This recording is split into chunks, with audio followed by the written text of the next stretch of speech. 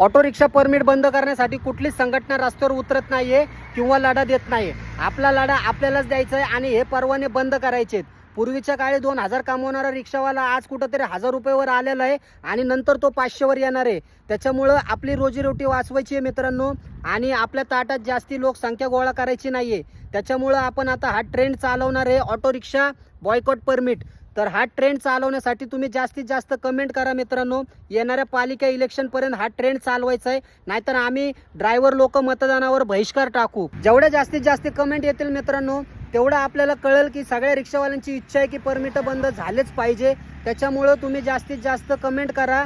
हा video like नाही केला तरी चालेल, शेअर करा, जेणेकरून मुंबई, नाशिक, नांदेड, औरंगाबाद, पुणे, नागपूर या ठिकाणी हा व्हिडिओ पोहोचला पाहिजे आणि तिथलेही परमिट बंद झाले पाहिजेत। जोपर्यंत परमिट बंद होत नाही मित्रांनो तोपर्यंत हा ट्रेंड चालू ठेवायचा आहे।